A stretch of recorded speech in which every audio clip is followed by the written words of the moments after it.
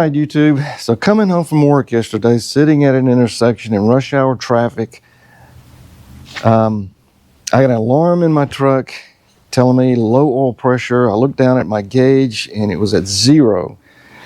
So I just thought if I could just get past this intersection, there was a place for me to get this off the road, out of everybody's way, and to shut it off.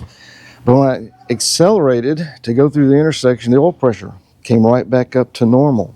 So I kept driving, thinking maybe it was just a blip or something. But very next intersection, when I slowed down basically to a stop, it did it again. And so there was a parts store not too far down the road, and so I drove it down there, got it into the parking lot, because I was thinking at that time I am really low on oil for this to be happening. So anyway, I got it to the parts store. I let it sit for a little while. I got out. I let it sit to let the oil drain back into the pan. If there was oil, I didn't know at this time. Anyway, I checked my oil and it was fine. It was right at the level it was supposed to be. So, man, I didn't know what to do, so I went ahead and chanced it. I drove it home. So last night, I got on YouTube and started watching a lot of the symptoms other people were having, and it was the oil pressure sensor, a bad oil pressure sensor. And I hope that is my issue, and that's what I'm going to change out today. So I drove back to the parts store today, bought the part, and we're going to get this in.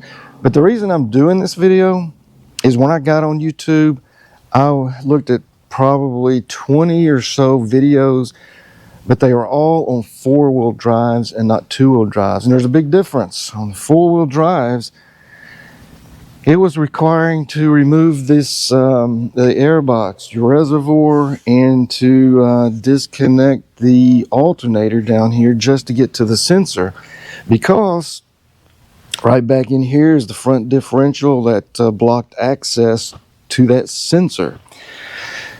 And there were a couple on 2-wheel drives, but to me they just weren't real clear for somebody, in my opinion, to easily go from what they were saying or their instructions and replace the sensor. So I haven't even crawled under this truck yet. I'm hoping it's going to be an easy swap out since it's a 2-wheel drive, but we'll see.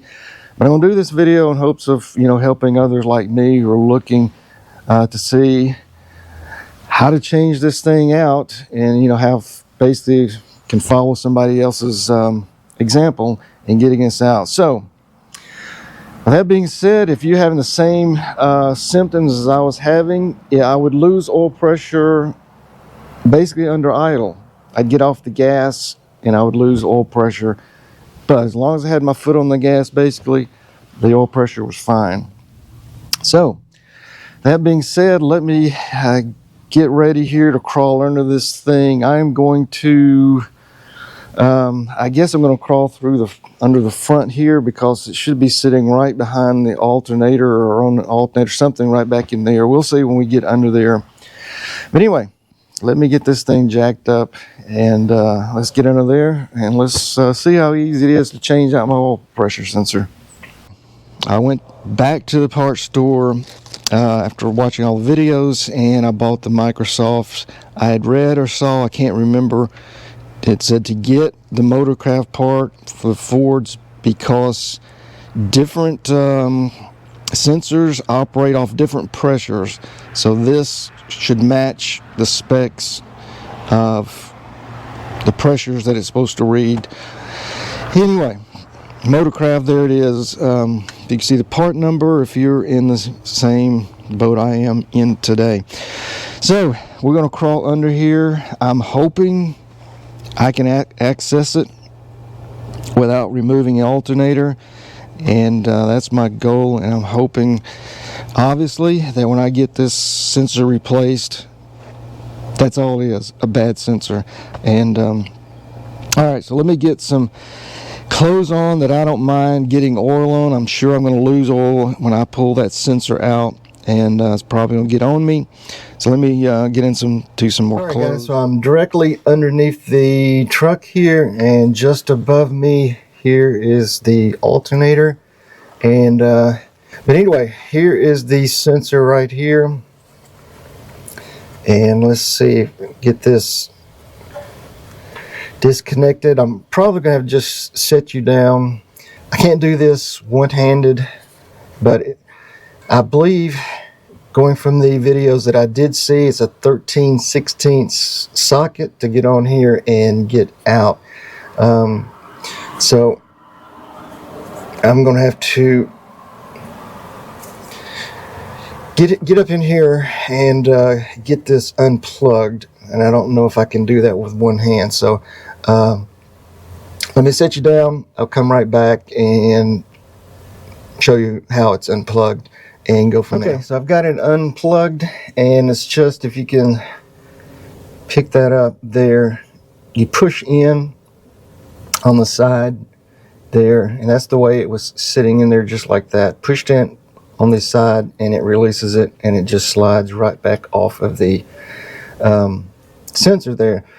So I'm blocking some of the light, but I see oil all down at the bottom of this. There was oil inside the sensor, so I'm going to have to clean that out with some electric parts cleaner. And anyway, so that's encouraging to see all this oil in here, because that kind of makes me feel like this is the problem, just a bad sensor. So once again, I think this is a 13/16 long socket I'm going to put on here, and let's back this out. All right, so I've got my ratchet on it, and let's see if I've already broken it loose, because I couldn't do that really one-handed. I need to get in there. This is where I believe I'm probably gonna have some oil come out, and we'll see.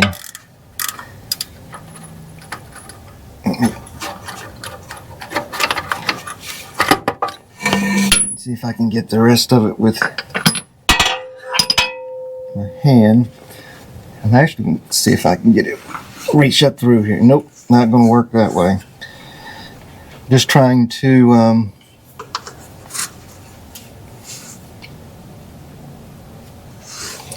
keep the light to where you can see, but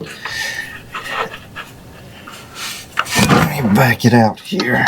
I've got an oil pan underneath me, just in case. Yep, there she comes. And it missed it.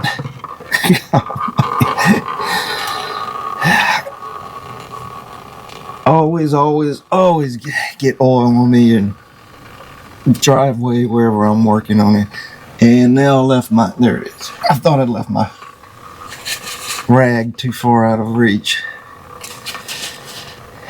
So I'll let that drain for just a minute here so that I can wipe it down. Hopefully it just doesn't keep coming out. We will see.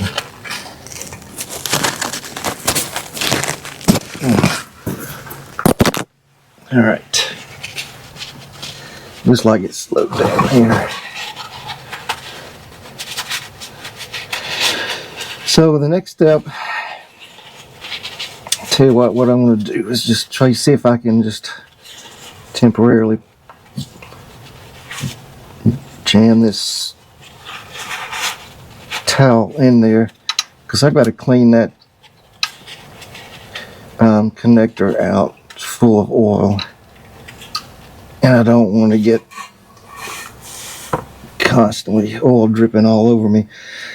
All right, so all I'm going to do now, I'm going to set you down, but all I'm going to do is get my electrical cleaner and clean it out as good as I can. Try to remove all of the oil out of that connector so we don't have any issues, hopefully, going forward. So let me do that, and then I'll bring it back. Okay, so I've got the new sensor here. I've just screwed it in as far as I could by hand, so the rest of the way is going to be with the ratchet. I've just got the connector, just kind of tucked that out of the way there. So again, I'm doing all this, most of this, trying to do this with one hand, and